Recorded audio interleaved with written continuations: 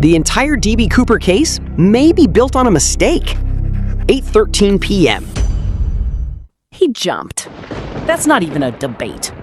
No, that's the story, not the evidence. The pilots felt it. The stairs were down. That's the moment.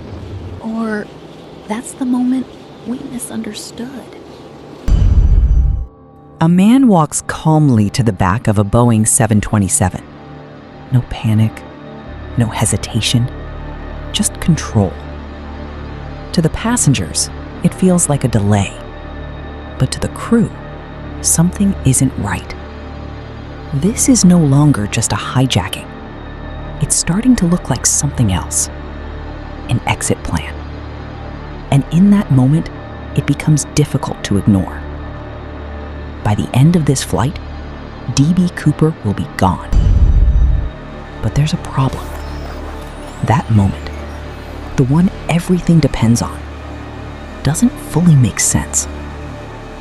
Because everything we think we know about his jump comes down to one event. 8:13 p.m. A movement in the aircraft. A bump. That's all. No one saw him leave. No one confirmed the jump. And the plane was still in motion when it happened. So the question is simple. What if that moment wasn't a jump? What if something else happened inside the aircraft? He doesn't run. He doesn't hesitate. A man in a dark suit walks to the back of a Boeing 727 like he already understands something the rest of the plane does not. No panic, no urgency, no visible fear, just control. That's the first unsettling detail. Because nothing about the cabin feels like a crisis. No screams, no chaos, no sense that anything is about to break.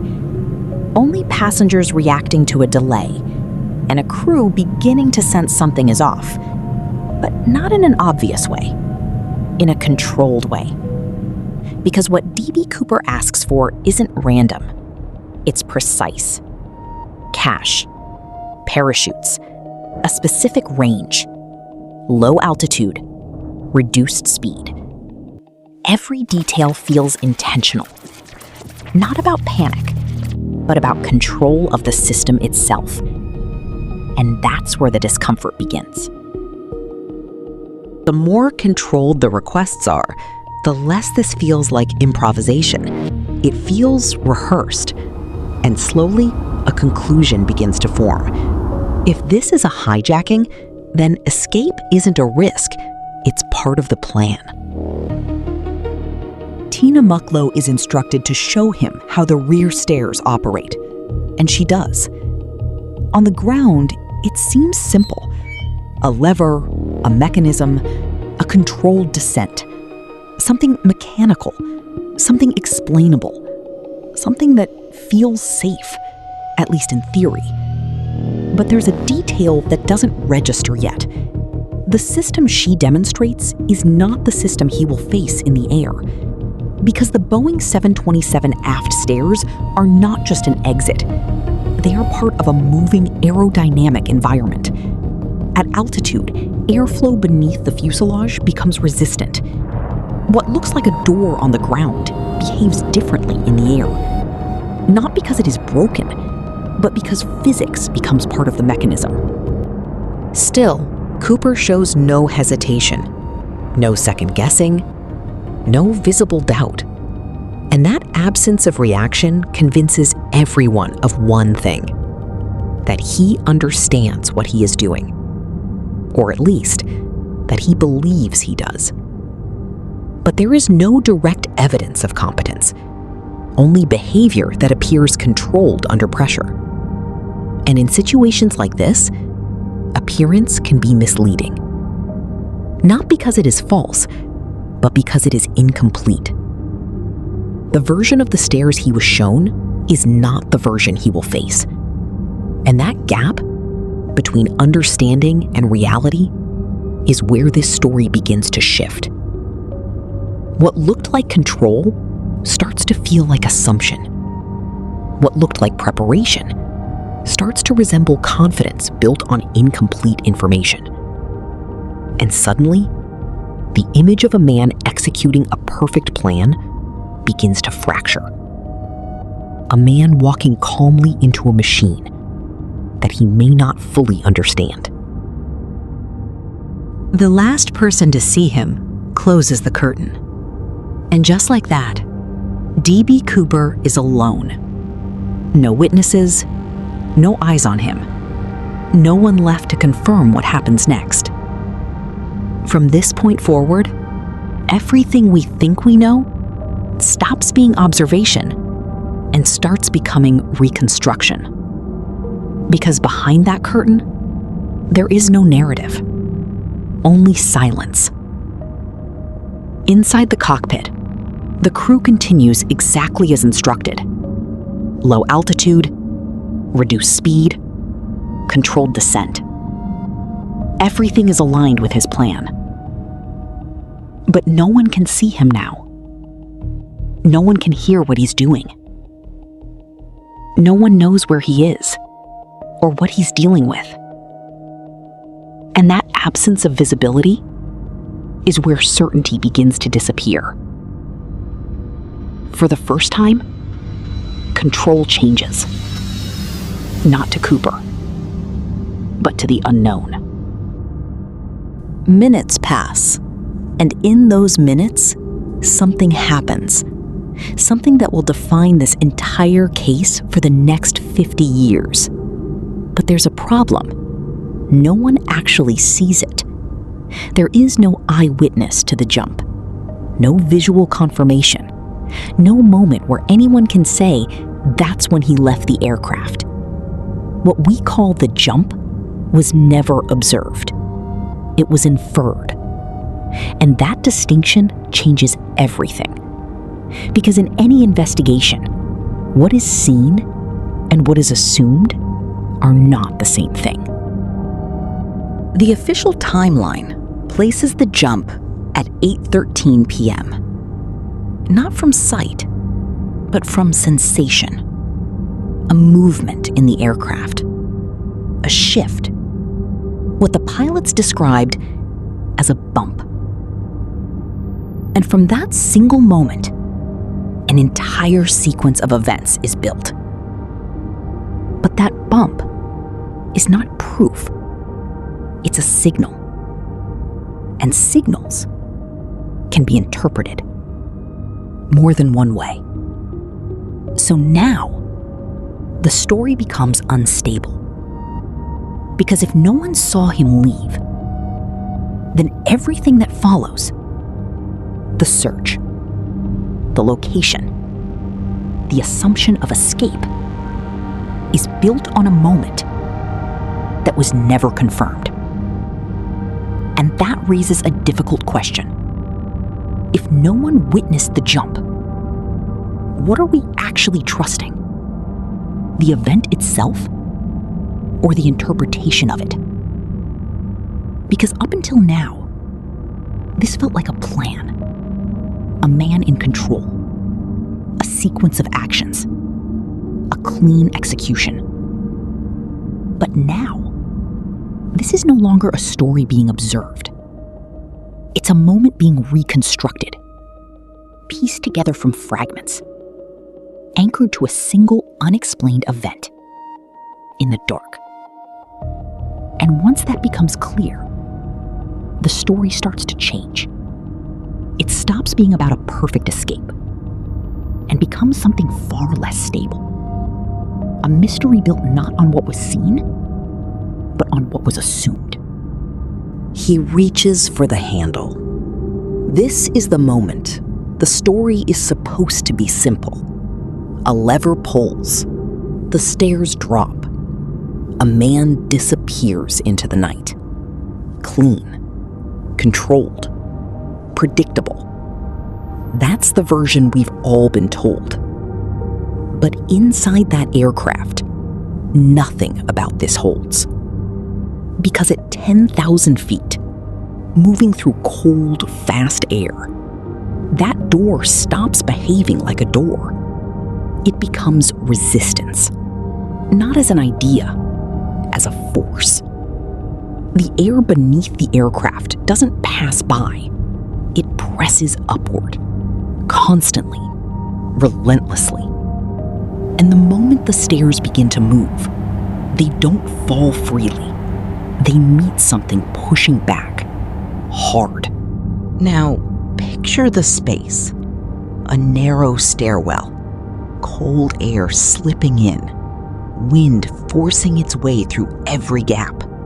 A man in a business suit, trying to move a structure that doesn't want to move. There's a detail in the design of the Boeing 727 that changes this moment completely. The aft stairs were never meant to fully extend under high-speed airflow. Not because of a flaw, but because of physics. At speed, the airflow under the fuselage creates enough force to hold the stairs in place. Not closed, not open. Something in between. Unstable, unpredictable, just resisting. What looks like a clean exit on the ground becomes something else in the air. A moving surface, under pressure, responding to the environment around it. At roughly 170 knots, the air alone can limit how far those stairs move. This isn't about strength, it's about conditions. Because the aircraft isn't isolated. It's moving through a system that actively works against that mechanism. So lowering the stairs is no longer just mechanical. It becomes a physical struggle against something you can't see and can't control. So instead of an exit opening, pressure begins to build. An opening that won't fully form. A structure that won't settle. A moment that refuses to behave. And inside that moment, control begins to slip. Not all at once, gradually. Because the plan only works if the aircraft allows it. And now the question changes. Not, did he jump? But what was he actually able to open in the first place? Because if those stairs never fully extended, this wasn't an exit. It was a limitation. A constraint built into the aircraft itself. And that changes everything. Because the most important moment in this story may not be a jump into the sky, but a struggle inside the plane. A moment where a man believed he was in control and realized too late the machine was setting the terms. He's no longer standing in a stable cabin. He's at the edge of the aircraft, half inside, half exposed. And everything around him has changed. The temperature has dropped. The cabin is no longer fully pressurized by his own instruction. And the wind is no longer background. It becomes force. Violent, unstable, and constant. Beneath him, the stairs aren't steady. They haven't fully extended. They're being held in place by the same airflow pushing against them. So this isn't a platform. It's a surface that resists movement, pushing upward as he tries to force it down. Now picture it clearly, not the version we imagine, the physical reality. A man in a thin business suit, no protective gear, no harness, nothing securing him. Standing on a partially deployed structure in freezing air, while balancing against a force strong enough to limit the aircraft's own mechanism. This isn't just difficult, it's unstable. So the question becomes physical, not theoretical. How long can a human body hold that position? Against constant pressure, against vibration, against cold. Because at those speeds, the air doesn't sit around the aircraft. It interacts with it. It becomes part of the system. And if that force is strong enough to prevent full extension, then what exactly is he standing on? If there was a prolonged struggle here, you would expect some trace of it. Not certainty, but indication. When the aircraft landed, the cabin wasn't torn apart. The stairwell showed no major damage. There were no clear signs of extended physical force against the mechanism. And that doesn't prove anything by itself, but it does create tension with what we'd expect from that environment. Because in a confined space like that, under pressure and constant movement, sustained effort usually leaves marks. Disruption, contact, something measurable. But what investigators found instead was minimal, controlled. A few personal items left behind, and very little else. And that's where the problem begins. Not because the evidence is missing, but because the expectations don't fully match the outcome. In most real-world situations, physical effort leaves marks, especially in tight mechanical spaces. So when those marks don't appear, it doesn't just raise doubt, it creates a contradiction. Because the version we've accepted assumes a difficult, unstable interaction, with force, resistance, and limited footing. But the physical evidence inside the aircraft doesn't clearly reflect that level of strain. And that gap doesn't give us an answer, it gives us uncertainty. Because when you place him inside that environment, under those conditions, something doesn't fully hold. This is the moment everything depends on. 8:13 p.m. That's the time most people point to. The moment D.B. Cooper is believed to have jumped. But not because anyone saw him leave. Not because there's direct confirmation. Because of what the crew felt. Inside the cockpit, something changes. At first, it's subtle. Small oscillations.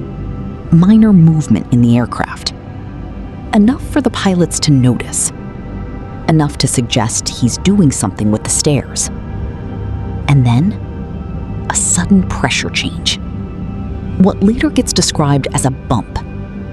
That moment, reconstructed after the flight, becomes the anchor of the entire story. The point where everything is fixed in place. Where investigators say, that's when he left.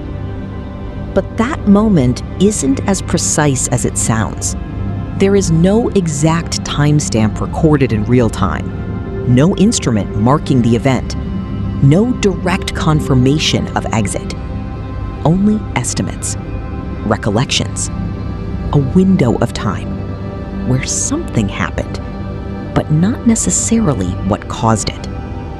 And the sequence matters, because the oscillations came first, then the pressure change, which means the aircraft was already reacting before the moment we treat as the jump. And that complicates things, because those same oscillations can come from the stair system itself.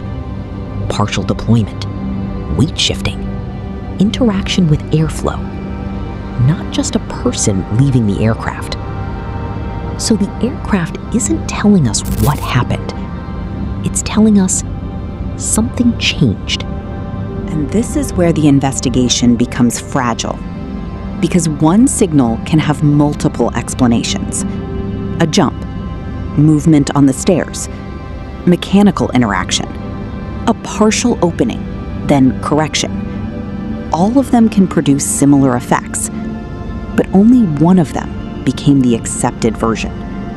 Not because it was confirmed, but because it made the story fit. And once that interpretation is accepted, everything begins to build on top of it. The search area, the timeline, the assumption of where he landed.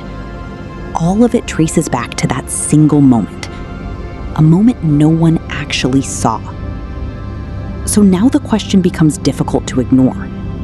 If that 8:13 event wasn't a man leaving the aircraft, then what caused it?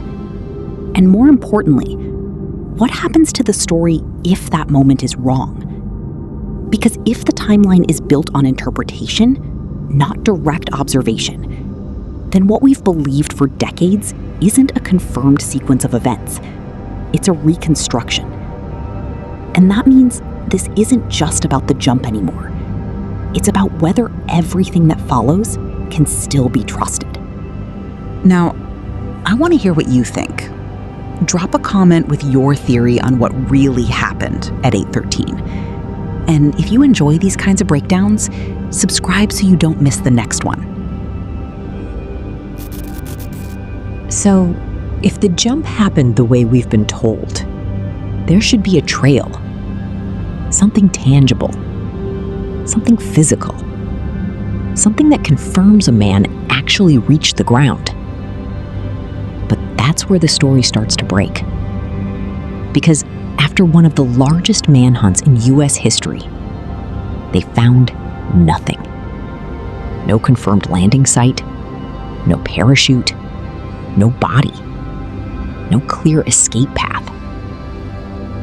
An extensive search followed almost immediately, covering forests, rivers, and rugged terrain across the Pacific Northwest. And still, there was no trace of him. Not even the equipment he used to leave the aircraft. Which is unusual, because parachutes don't simply disappear. They're large, visible, difficult to miss in a defined search zone. But in this case, nothing. Years later, only one fragment appeared. About $5,800 in ransom money was recovered near the Columbia River. Not the parachute, not the remaining cash, not anything else connected to him. Just fragments of a story that never fully connects. And that creates a gap between what should have been found and what actually was. Because the entire search effort depended on one assumption, that the jump happened at a precise moment in flight, the 8:13 timeline. The same moment already built on interpretation, not direct observation. And once that is questioned, the search itself changes shape. Because if that moment is off, the location is off. And if the location is off, everything built on it becomes unstable. There are even arguments that investigators may have focused on the wrong region entirely, because the estimated flight path and timing didn't perfectly align with real movement in the air. Which leads to a difficult question. How do you search for decades and find almost nothing? In investigations, location is everything. If your starting point is even slightly wrong, your entire search expands into uncertainty. And in this case, timing was never directly confirmed. So that uncertainty multiplies, which means the absence of evidence here isn't just strange, it becomes meaningful. It suggests the foundation itself may be unstable. And this is where the interpretation changes. Because now it's no longer just about whether he survived the jump. It's about whether the search was anchored to the wrong moment entirely. And if that moment was misread, then we haven't just been missing D.B. Cooper. We may have been looking for him in the wrong place the entire time. There's one detail in this story that doesn't just raise questions, it creates a contradiction. When the plane landed in Reno, the rear stairs were down. Not sealed, not secured, fully down. At first glance, that feels like confirmation that he opened the stairs in flight and jumped. But that detail doesn't fit. Because earlier, something critical was established. At flight speed, those stairs don't behave normally. They resist airflow. They fluctuate under pressure. they don't settle into a stable position. Even the crew believed the stairs were never fully extended in the air, likely held back by that resistance. So now there's a conflict. If the stairs couldn't fully deploy in flight, how were they found fully down on the ground? Because those two states should not exist under the same conditions. Here's what changes the interpretation. The position of those stairs depends entirely on airflow. In flight, air pushes against them, limits movement, prevents full extension. But as the aircraft slows, as it begins to descend, that force fades.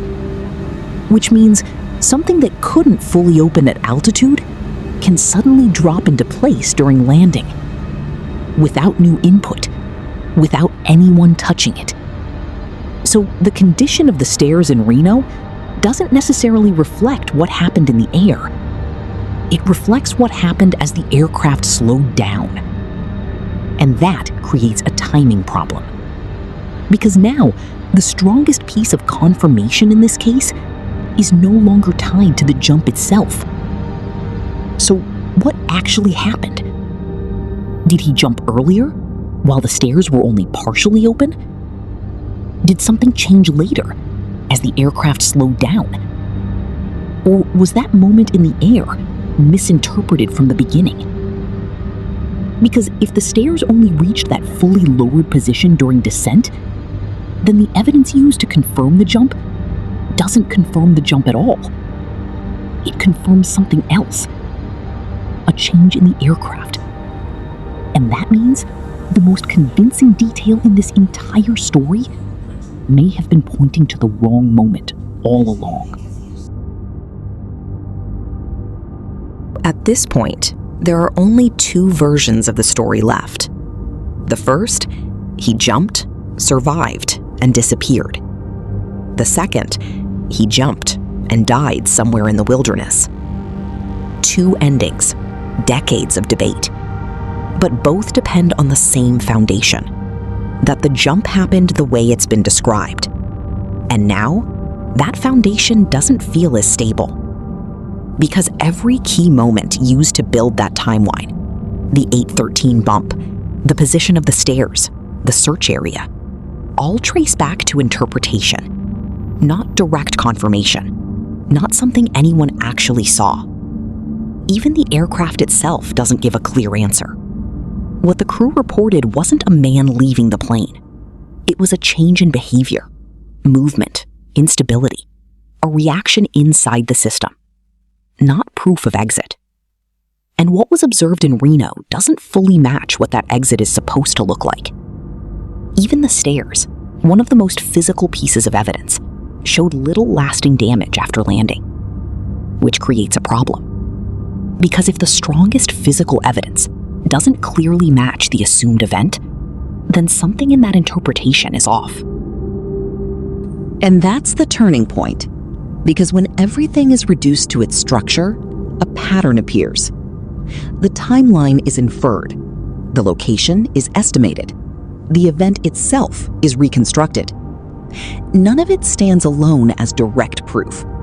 Each piece only works if the others are already accepted. And that's where the third possibility emerges. Not that he escaped, not that he died in the wilderness, but that the moment called the jump was never a clean exit at all. It may have been something else, a mechanical movement, a partial deployment of the stairs, or a moment of instability in the aircraft itself. Something that created the appearance of an exit, because that's what everyone expected to see. And once that interpretation took hold, everything followed. The timeline, the search, the story itself. All built around a moment that may not have been what it seemed. And if that's true, then the mystery isn't just about where he went. It's about whether that moment was ever understood correctly. Because the most important question in this entire case was never just where he went.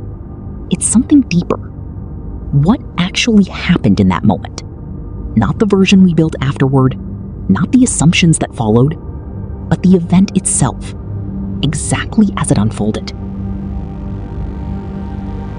If you enjoy stories like this, where a single detail can change the meaning of everything, then staying around might be worth it. Because these mysteries aren't usually solved by looking harder. They're solved by looking differently. And if you want more breakdowns like this, subscribe so you don't miss the next one. It's completely free.